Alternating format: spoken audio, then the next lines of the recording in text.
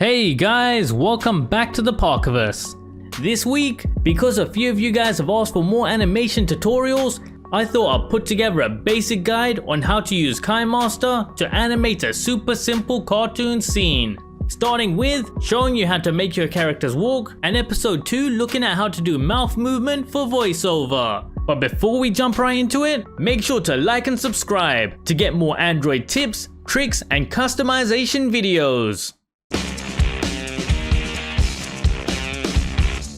So, for this tutorial, you're going to need to grab PicsArt to break down your character into different layers and Kinemaster for the animation, all of which are linked in the description below. Now for this tutorial, let's try and keep things simple with some basic animations with everyone's favorite star, Patrick.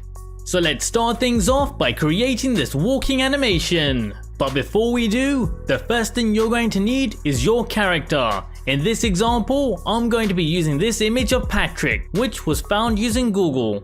So feel free to grab something similar or even use something that you created yourself. Now if your character has a background, make sure to remove it. Using PicsArt, you can do this in a few different ways. Either by using the free crop option or even the cutout feature. Just simply highlight the character and the app will do the rest. But personally, I like to use the draw section to remove my backdrops. It does take a little bit longer, but it gives you a higher level of accuracy. And once you have just your character, we're going to use the draw section to break them apart into different layers. And each layer is going to house different parts of your character. Ideally, you want to break your character at the joints for whichever parts that you want to move. For this example, I've kept things very simple. Because Patrick is a starfish, he doesn't really have any elbows or knees. But if he did, we'd have to split his arms and legs into two more separate pieces, and then look to animate them in relation to each other. So keep in mind that depending on your character design, you're going to have to break them down into more or less number of layers. Now to separate the body parts into different layers, just simply click on the layers button. Next, just select the main character layer and hit copy. Next, to make things a little bit clearer for us, make sure to disable all the other layers including the original image. Now using the eraser tool, let's remove everything apart from that body part that we want to keep. So once you've repeated these steps for each of the body parts, make sure to save them as individual images. Now as the final step within PicsArt, we need to make sure that we fill that space behind the moving body parts. Such as here, because his right arm will be moving, I've rebuilt the body behind it. So when it moves, it's not just showing an empty space. To do this, just simply reload your newly saved individual body part and then head into PicsArt's cloning tool. Now using this feature, we're going to rebuild the missing part of the body. In this example, the missing left hand side. And once you're done, make sure to clean it up by once again using the draw section. Now before we move on to animation, for those of you wondering about the pelvis section, this is very useful if you want to add some extra details with hip movement, but also helps with hiding any awkward leg adjustment positions.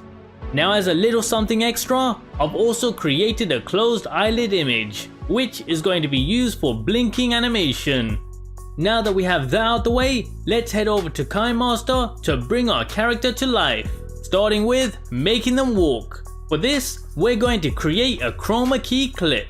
So the first thing we want to do is use the media tab to add in a background color.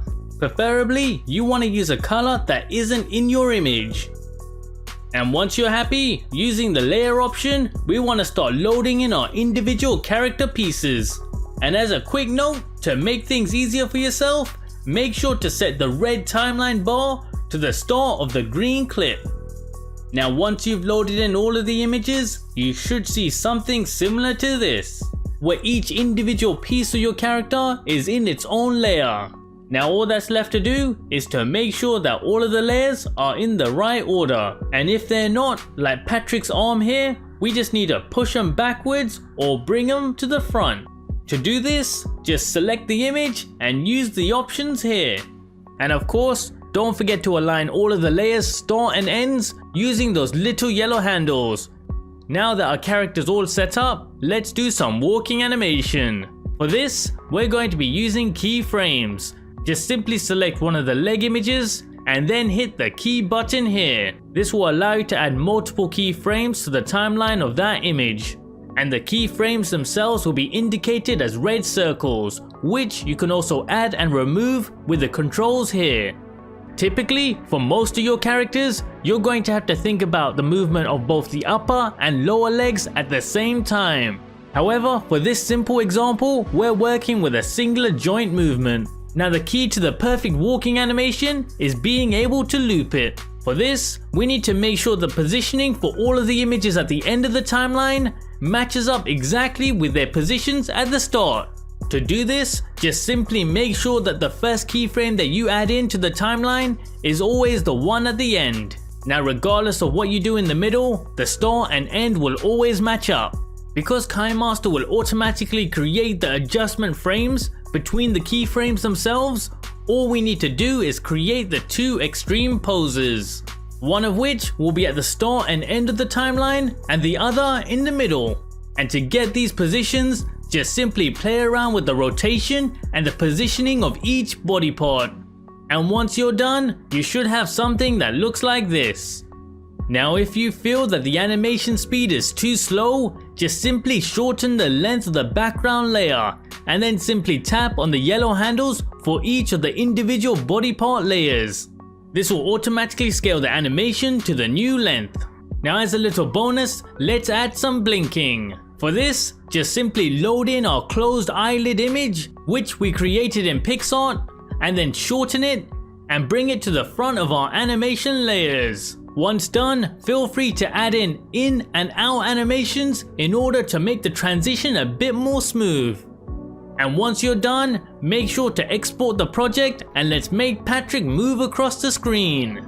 So for this, just simply load in a backdrop, followed in by the walking animation that you just created. Now using the chroma key option, we're going to remove that colored backdrop. Just simply enable it and then play around with the sliders. And once you're happy with the scale and positioning of your character, let's once more head into the keyframe option. But this time, we're going to use the keyframes to move our character across the screen. Making sure to line up each keyframe with each one of our character steps. So this will take a bit of trial and error to get it right, but just try and have a little patience with it. And once you're done, just copy the clip and place it at the end. Now for the new copy, we want to redo the keyframes, but just make sure to reposition your character to line up with the end of the first clip. Now just repeat these steps as far as you want to make your character walk. And as a final tip, make sure to also create a separate still image which you can load in whenever you want your character to stop. If you like this video and want to see more just like this, make sure you like and subscribe to help support the channel. And make sure you check out my other Android customization videos. See you next time on Into the Parkerverse.